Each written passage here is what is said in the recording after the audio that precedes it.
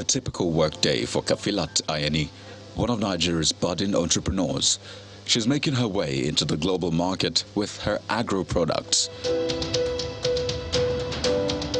However, like several growing businesses in Nigeria, she's facing several challenges, and poor electricity supply is one of her biggest headaches. If at all this place is solar powered today, the cost of my production will be about 40% gone.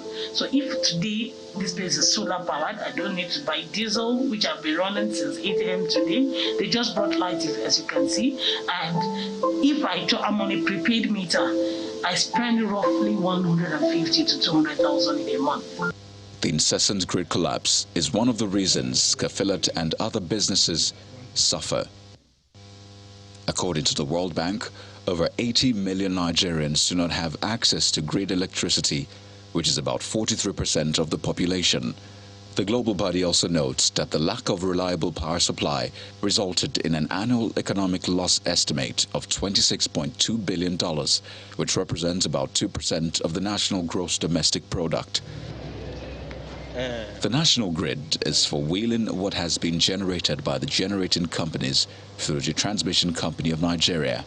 The distribution companies then distribute to the consumers.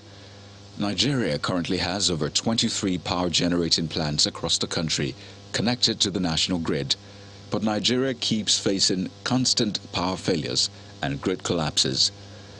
The nation's power grid collapsed 7 times this year alone as electricity generation drops to 3,900 megawatts, according to figures from the Ministry of Power. The collapse is not about the grid.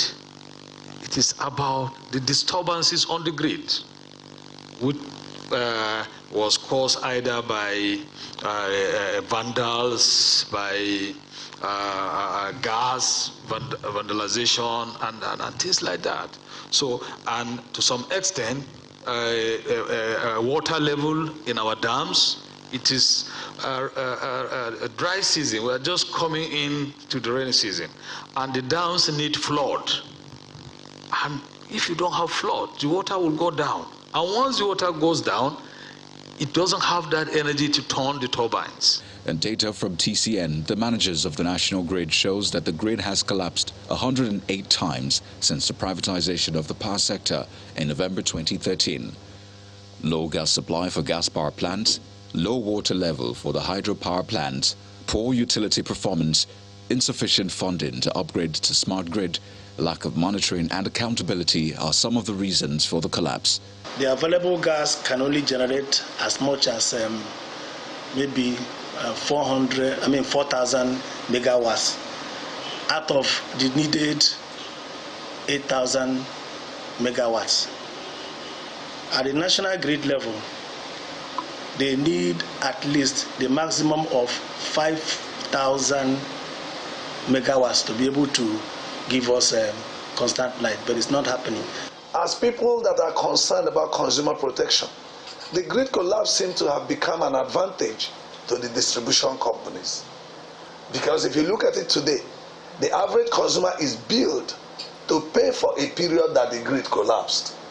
Last month, for instance, Abuja Distribution Company did not share bills in some areas because they knew the grid collapsed and people will complain. Now, this month that the electricity has been stable for a few days, they started distributing bills and started disconnecting people.